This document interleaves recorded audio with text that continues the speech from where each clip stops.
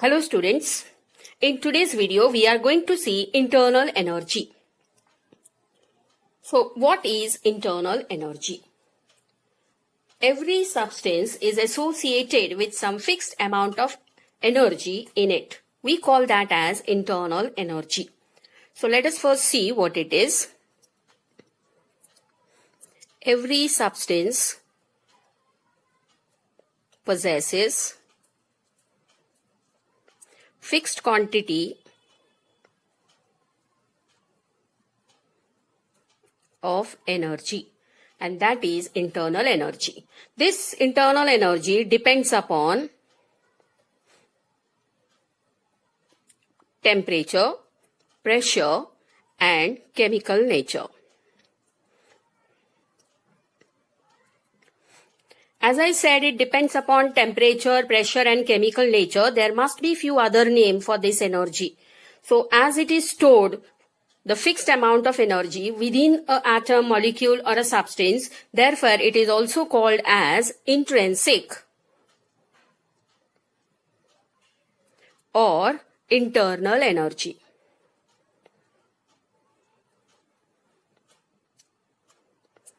As I said, it depends on temperature also. This is also called as thermal energy.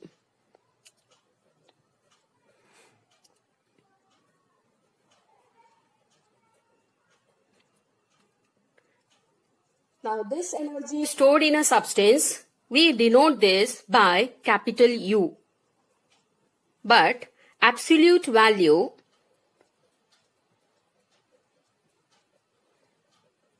of internal energy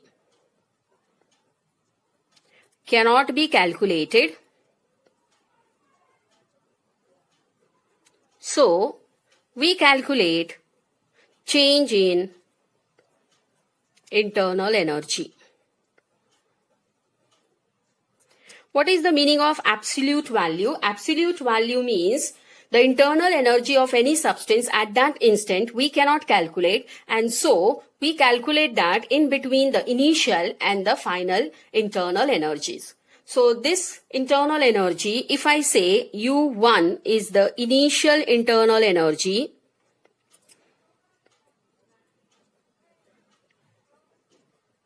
and U2 is the final internal energy, then delta U means the change in internal energy is given as U2 minus U1. Now what is U1 and U2, students? U1 and U2, they are the internal energies of the initial and the final states respectively. Now as I said that when the change takes place, what is the meaning of the change takes place? Because every reaction when it proceeds, then it either proceeds by release of energy or absorbing the energy, and in that case the internal energy increases or decreases simultaneously, and therefore the change in internal energy can be calculated in this way. Next very important thing about internal energy is that it is a state function.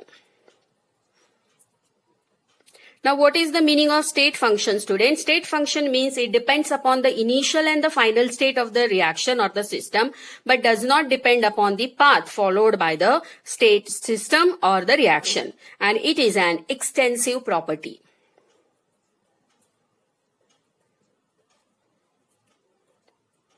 What is the meaning of extensive property? It depends upon the amount of the substance present in the system.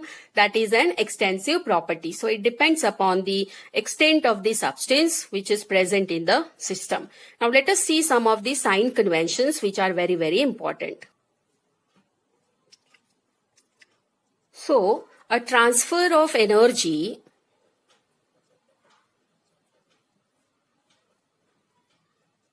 from the system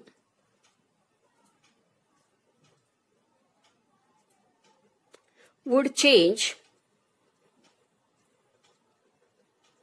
its internal energy. As I said, the energy can be lost or can be gained by the system in order to proceed. And therefore, by knowing this sign conventions, we can calculate or we use definite signs and assume whether the work is done on the system or by the system. So you must know that delta U, that is the energy, is supplied to the system or it is removed from the system, and therefore what things are important? Let us see that. The first very important thing is the energy transferred to the system. The energy transferred to the system by heating or performing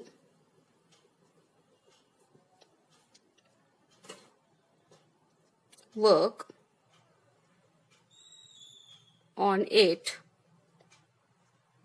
is added to the system.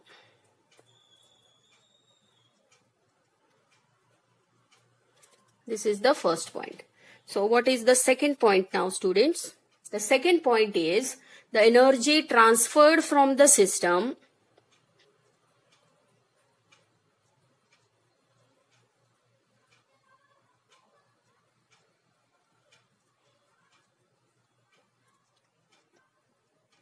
by cooling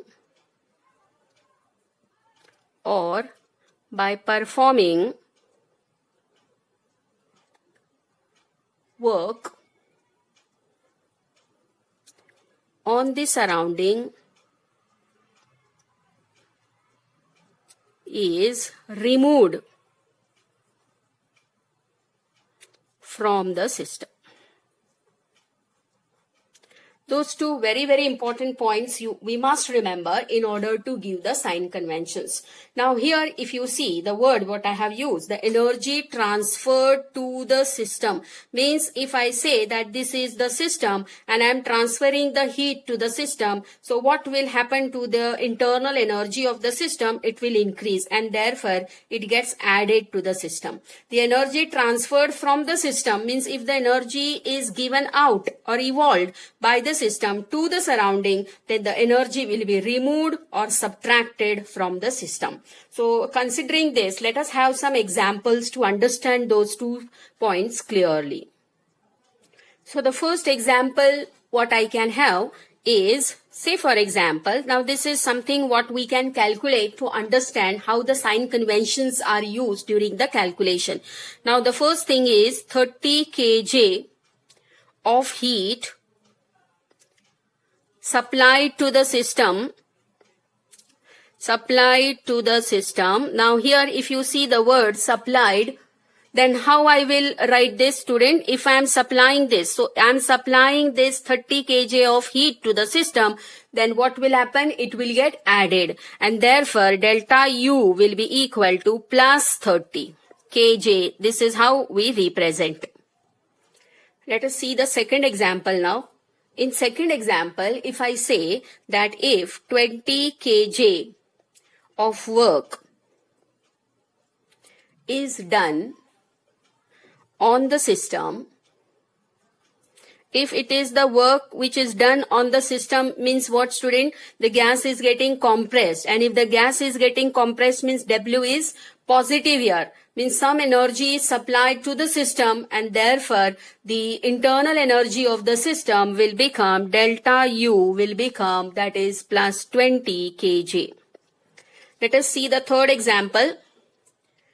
Suppose a system releases. So a system releases, say for example 10 kg of heat and performs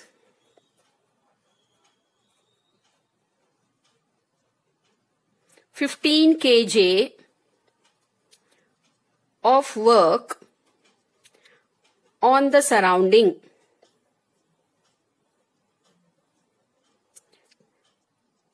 Right, students? Then what will be the delta U value? Then delta U will be how much? Now let us do this calculation, student. So a system is releasing 10 kg of heat. If it is releasing, means it is given out. So this will be minus 10. And it is performing 15 kg of work on the surrounding, means the gas is getting expanded. So what will happen? This is also minus. So how I can put the sign conventions now here, that the system is releasing the energy. So this will become minus 10. Right, student? And this is work is performed on the surrounding. If it is done on the surrounding, means the gas is expanding. When the gas will expand, what will happen? This will become minus 15. So the total change in the internal energy will be, so delta U is equal to minus 10 and minus 15. So delta U will be minus 25 kJ. So when I use the sign minus 25, what it means? Let us understand that. So when I say that delta U is negative, what it means, student? That your U1 is greater than U2. And when I say that delta U is positive, means your U2 is greater than U1. So this also you have to remember, that when your delta U is positive, means the internal energy of the final state is more than that of the initial state. Now students, let us see what are the sources of internal energy. So sources of internal energy. This is also very important, how to know that which type of energy this internal energy is made up of. So this internal energy is broadly or mainly made up of two energies. The first is the kinetic energy and the second is the potential energy. Now this kinetic energy is again made up of, now there are various other forms of energy what this kinetic energy is made up of. So the first is, let us see one by one what this is made up of. So the first is translational energy.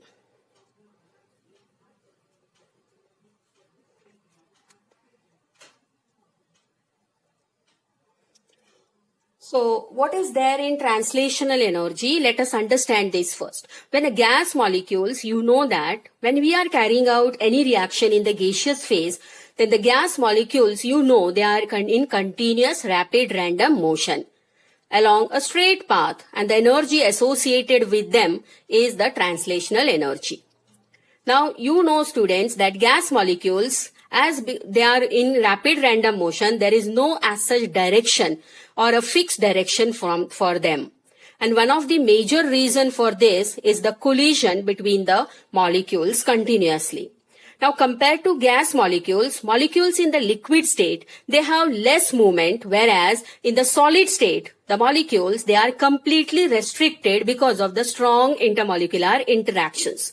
So these motions increases or we can say that because of this motion, the temperature also increases. And as you know that kinetic energy is directly proportional to temperature, kinetic energy also increases. So I can say that this translational energy, when I talk about kinetic energy, is maximum with gases and absent in solids. Now, if you want to see how the translational motion takes place, let us see the diagram. So, if I draw the diagram will be the molecule of the gas. It moves in a direction in this way and it gets moved to any direction, student, in this way, following the pattern in this way. So, this is what we know this as the zigzag motion of the gas molecules. And therefore, the first type of kinetic energy which is seen is the translational energy, which is absent in solids but maximum in gases. Must be intermediate for the liquids. The second type of this is the vibrational energy.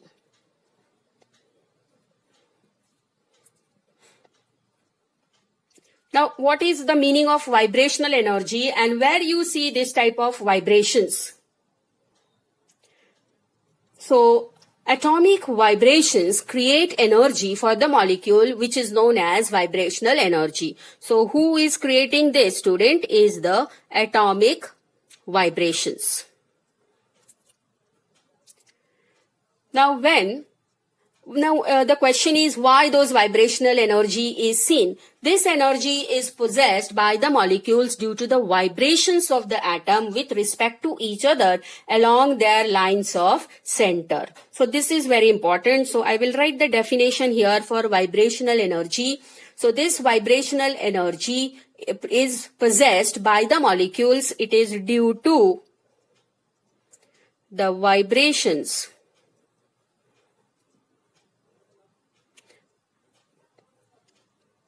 of atoms with respect to each other and along their line of center. Now, the question is where you see this type of vibrations. So, students, when two atoms, they approach each other during the bond formation, you know that. Now, let us take, for example, this is our first atom. This is your second atom and this is the nucleus. This is a rough diagram to understand the concept. And this is the electron. Now when the two atoms, they approach each other during the bond formation, then there will be few interactions or forces which will be operating between them. So what type of interactions will be there, student? There will be force of repulsion between this electron and this electron. There will be repulsion between the nucleus of this and nucleus of the other atom. And there will be forces of attraction between the nucleus of the first atom and the electron of the second atom and vice versa.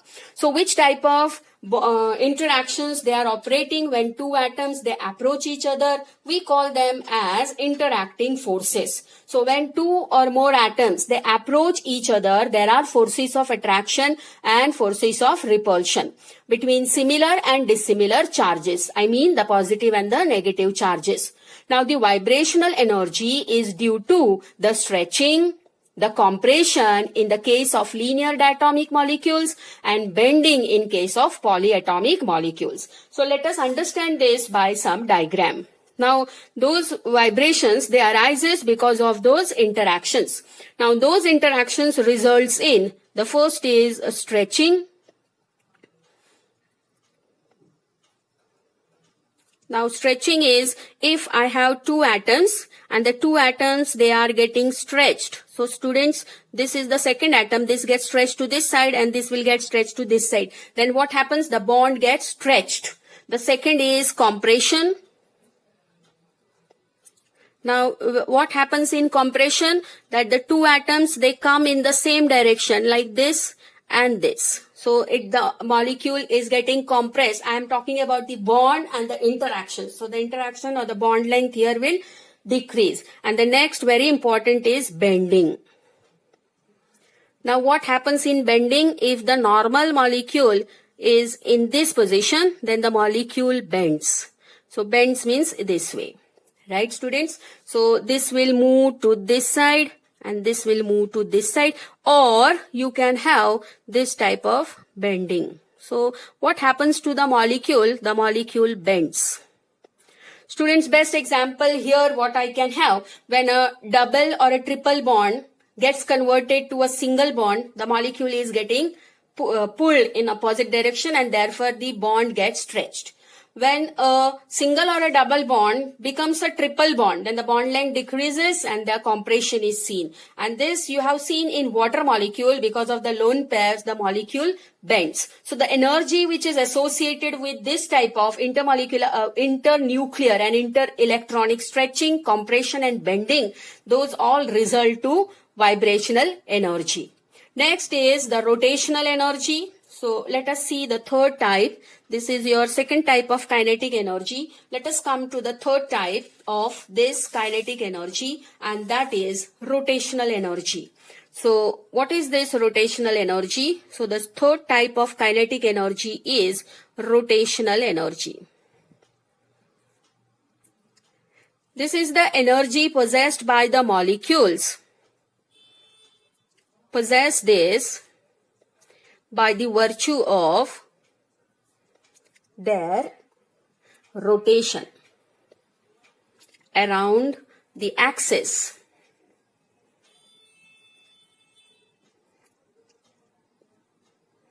perpendicular to the line joining the nuclei.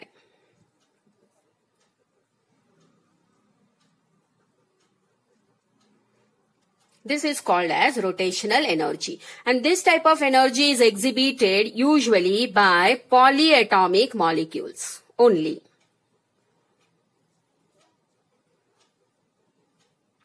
So what will be, if I say this is the first atom, this is the second atom, and this is the internuclear axis, then how the bond will rotate is in this direction, student.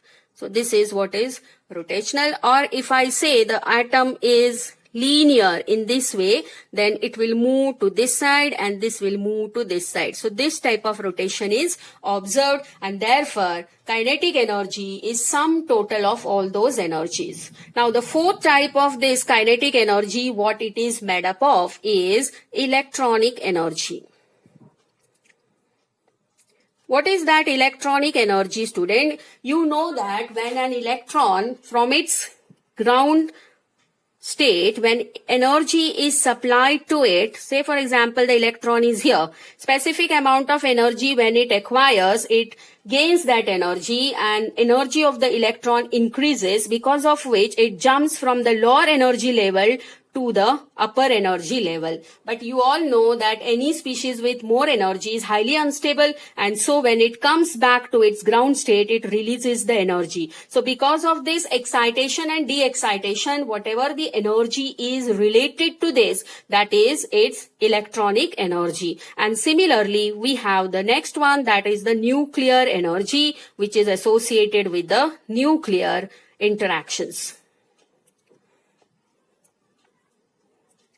So what is the internal energy made up of? Internal energy, or delta U, is equal to, you know that, kinetic energy plus potential energy. Now that is equal to, what is kinetic energy is made up of, student? Kinetic energy is made up of the translational plus vibrational plus the rotational plus the nuclear plus the electronic. Let us come to the remaining, that is potential energy. Now what this potential energy is made up of? This potential energy is again made up of two types, that is intermolecular and intramolecular. Now what is the meaning of intermolecular? Intermolecular, it is the amount of energy which holds the molecules together, or it is the energy which is So if I say this type of energy, that is called as intermolecular potential energy. Students, it is very, very important to note the two type of interactions what you know of, that is inter and intramolecular. Now the energy, this potential energy is usually related to bond making and bond breaking. In case of solids here, if I consider, in case of solids and liquids, this kind of energy can be experienced because weak van der Waals forces are operating here. However, in gaseous state, this energy is absent. So this is seen in solids and liquids, but it is absent in gases. Next type of this is intermolecular, and second is